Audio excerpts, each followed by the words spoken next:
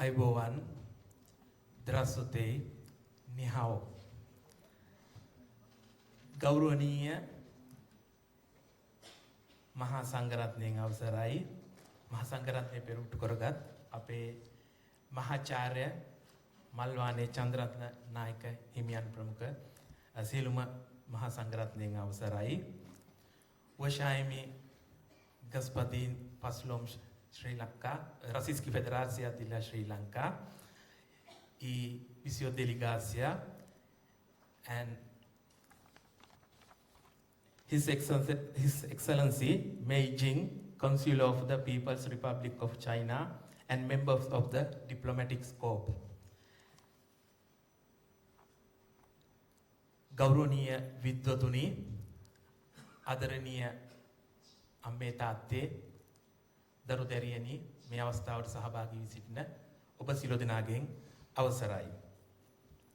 මීට අවුරුදු 80කට කලින් ලෝකෙ පිල් දෙකකට බෙදිලා යුද්ධයක් කරනවා. අපි දන්නවා ඒක අපි දෙවන ලෝක යුද්ධය කියලා නම් කරා. මේ දෙවන ලෝක යුද්ධය අවසන් වෙලා මේ වෙනකොට අවුරුදු 80ක් ගිහිල්ලා තිනවා.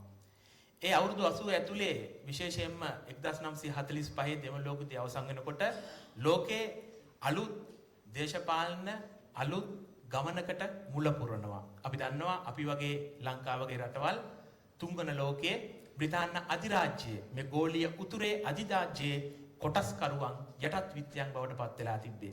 හැබැයි මේ දෙවන ලෝක යුද්ධය අවසන් වෙනකොට මේ සෝවියට් දේශයේ මහා නැගිටීමත් චීන සමූහාණ්ඩුවේ මහා නැගිටීමත් එක්ක මේ තුන්වෙනි ලෝකයේ අපි වගේ රටවල් වලට නිදහස ලැබෙන්න පටන් ගන්නවා. එතනින් ආරම්භ වෙච්ච මේ ඒකද්‍රව්‍ය ලෝකයෙන් නැවත ද්විද්‍රව්‍ය වෙද්දී ඒ ආපු ගමන නැවත සෝවියට් දේශයේ බිඳ වැටෙනකොට නැවත ඒක නවතිනවා. නැවත මේක ඒකද්‍රව්‍ය ලෝකයක් බවට පත් වෙනවා. හැබැයි දැන් දෙවන ලෝක යුද්ධය අවසන් වෙලා අවුරුදු 80ක් ගෙවෙන මොහොතේ අපිට පේනවා ලෝකේ අලුත් පියවරක් තබමින් ඉන්නවා.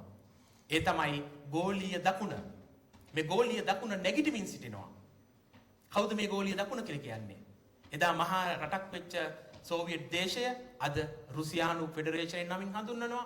චීන මහජන සමූහ ආණ්ඩුව, අපේ අසල්වාසී ඉන්දියාව, ඉරානය, බ්‍රසීලය, ඔබ දන්නවා බ්‍රික්ස් කියලා සංවිධානයක් නිර්මාණය වෙනවා.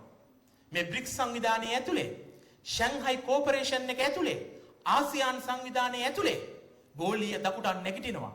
මේ ගෝලීය දකුණ කියන්නේ මේ ආසියානු කලාපය. අපි වටා සිටින මහා රටවල් නැගිටිනකොට අපි තාම නිදන් ඉන්නවා. ඉතින් අපි විශ්වාස කරනවා මෙතන ඉන්න බහුතරයක් සෝවියට් සාහිත්‍ය කියවපු ඒ සුවඳට ආදරය කරන පිරිසක්. එතකොට මේ අපේ ඇඟන් ඇතුලේ අපේ රුධිරය ඇතුලේ ඒ සෝවියට් සාහිත්‍යයත් එක්ක ගෝලීය දකුණේ බීජ පැලවෙලා තියෙනවා. ඉතින් අපි හිතනවා මේ තමයි මොහොත බ්‍රික්ස් එකත් එක්ක ෂැන්හයි කෝපරේෂන් එකත් එක්ක ආසියාන් එකත් එක්ක අපි අලුතෙන් නැගිටින්න පටන් ගන්න ඕන කාලය කියලා අපි විශ්වාස කරනවා. ඒ නිසා දෙවන පරපුර දේශපාලන ව්‍යාපාරයක් මේ වාම කඳුරේ ඉන්න ජාතික කඳුරේ ඉන්න මේ වමට ගෝලීය දකුණට ආදරය කරන මිනිසුන්ගේ එකමුතුවක් අවශ්‍යයි කියලා අපි විශ්වාස කරනවා. ඒ නිසා මෙතන විවිධ දේශපාලන පක්ෂවල විවිධ සංවිධාන වල එකතු වෙලා ඇති අපි ඒ සියලු දෙනාටම ආරාධනා කරනවා මේ බ්‍රික්ස් එකත් එක්ක නැගිටින ලෝකේ ෂැන්හයි කෝපරේෂන් එකත් එක්ක නැගිටින ලෝකේ ඇතුලේ ගෝලීය දකුණත් එක්ක අපි නැගිටින්න සූදානම් වෙමු කියන කාරණාව. බොහොමත්ම ස්තුතියි.